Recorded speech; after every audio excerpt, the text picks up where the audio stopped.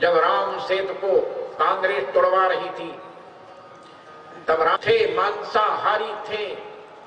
राम हिमालय पर्वत की चोटी से ज्यादा झूठे हैं, समुद्र की गहराई से झूठे हैं। राम भगवान नहीं है। तब मैंने अयोध्या के विश्व हिंदू परिषद कार सेवकपुरम में प्रेस कॉन्फ्रेंस करके कहा था कि जो कोई करुणानिधि की जिह्वा काट कर लाएगा उसको मैं सोने से तोड़ूंगा। तो मेरे ऊपर 1300 FIR तमिलनाडु में हुआ था और स्वयं करुणानिधि धरना में बैठा था कि वेदांती को गिरफ्तार किया जाए। अशोक सिंघल ने चैलेंज दिया था कि आ जाओ, तुम्हारी हिम्मत हो तो गिरफ्तार करने के लिए।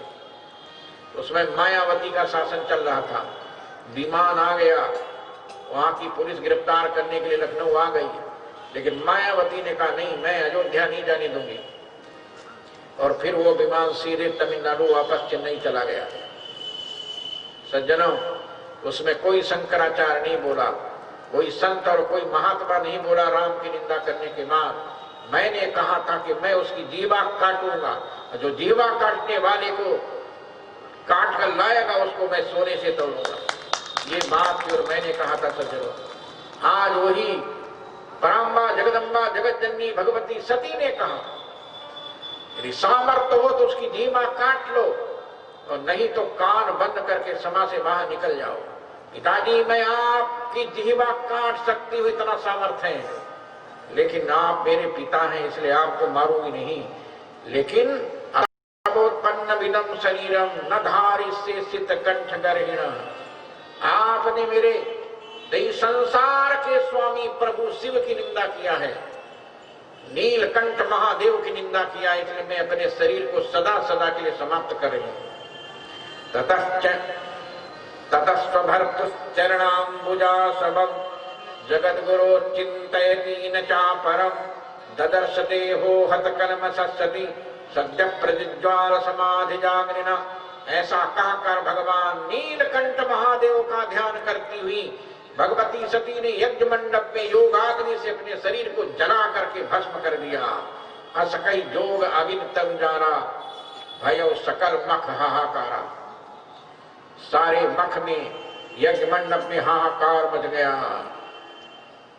60,000 गण यज्ञ मंडप को उजाड़ दिए। तब भृगु ऋषि ने अपहतम रक्ष के द्वारा करोड़ों देवताओं को प्रकट किया, तो जो 60,000 रुद्रगण थे उनको भगा दिया। तब भगवान शंकर को देवर्षि नारद जी ने बताया। भगवान शंकर ने अपनी जटाओं को उखाड़ करके पृथ्वी में पटका, तो 2 टुकड़े हो गए। एक से वीरभद्र निकला और दूसरे से महाकाली निकली।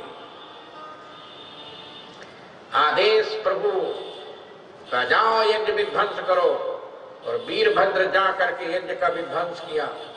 दक्ष के सिर को काटने लगा तो नहीं कटा, तो पशु वध करने वाले गरासा से लेकर काट कर हवन कुंड में डाल दिया। चारों ओर हाहाकार मच गया। लेकिन सती ने मरते समय भगवान से प्रार्थना किया, प्रभु जहां जहां मेरा जन्म हो मेरे पति भगवान शिव ही हो, दूसरा पति न हो। सती मरत हरिशन बर मांगा, जन्म जन्म शिव पद अनुरागा। तेहि कारण हिमगिर गृह जाई, जननी पार्वती तम पाई। अंते या मतिर सा गति, अंतिम में जिसकी जैसी बुद्धि होती है वैसी गति होती है। इसलिए अंतिम में भगवान नीलकंठ महादेव का ध्यान किया, इसलिए पार्वती के रूप में उनका जन्म हिमांचल में हुआ। और हिमांचल में जन्म लेने के बाद भगवती सती पार्वती के रूप में हुई। और इसके बाद भगवती सती पार्वती के रूप में जब जन्म लिया तो देवर्षि नारद जी आए। और देवर्षि नारद जी ने हाथ की रेखा को देख करके बताया, देवर्षि नारद जी ने बताया कि इसका जो पति होगा वो बड़ा विचित्र पति होगा। जोगी नग्नो अगुणों